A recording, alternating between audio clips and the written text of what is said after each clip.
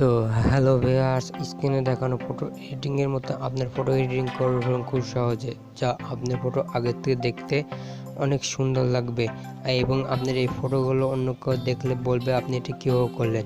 তো বেশি কথা না বলে চলুন চলি আজকে ভিডিওতে।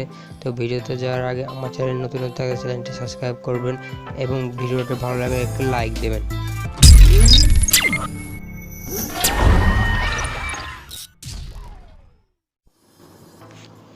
তো স্ট্রিমিং ভিডিও ডেসক্রিপশন বক্সে পেয়ে যাবেন, সেখান থেকে ডাউনলোড করে সরাসরি ইনস্টল করে নেবেন।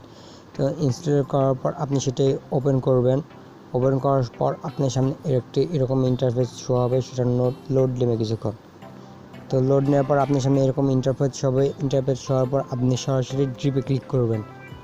ড্রিপে ক্লিক করার পর আপনার সামনে গ্যালারি আসবে, গ্যালারির উপর ক্লিক করবেন এবং আপনার গ্যালারিতে আপনাকে নিয়ে চলে যাবে।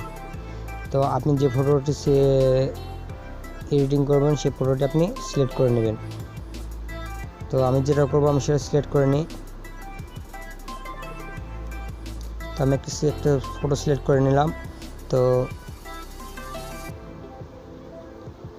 ফটো সিলেক্ট করার পর আপনার সামনে ইন্টারফেস হবে। আপনি এটা কোন জায়গায় সেট করতে চান, ইনস্টাগ্রাম, ফেসবুক, স্টোরি, আপনি সব ধরনের এখানে পেয়ে যাবেন। ইউটিউব সহ টুইটার যেটা আপনি করতে চান সেটার উপর ক্লিক করলে আপনি সেরকম সাইট সিলেক্ট হয়ে যাবে। তো আমি একটা সিলেক্ট করে নিলাম। সিলেক্ট করার পর কিছুক্ষণ লোড নেবেন। লোড নেওয়ার পর আপনার সামনে চলে আসবে।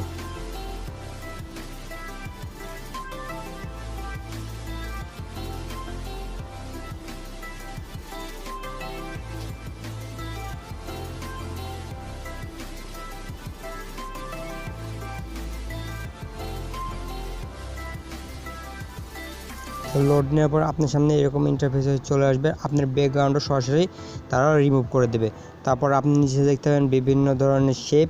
আপনি যে কোনো একটার উপর ক্লিক করলে অটোমেটিক সেটা সেট হয়ে যাবে।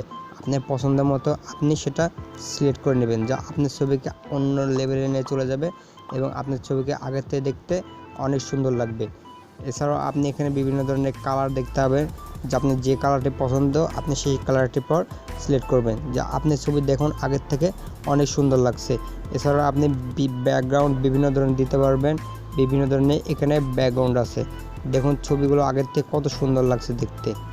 তো এভাবে আপনি আপনার ছবিকে ইচ্ছা মতন এডিটিং করে নেবেন। এডিটিং করা হয়ে গেলে আপনি ওকে টিক মার্ক দেবেন। ওদের টিক মার্ক দেওয়ার পর আপনি সেভ টু গ্যালারিতে ক্লিক করলে আপনার ছবিটি গ্যালারিতে সেভ হয়ে যাবে।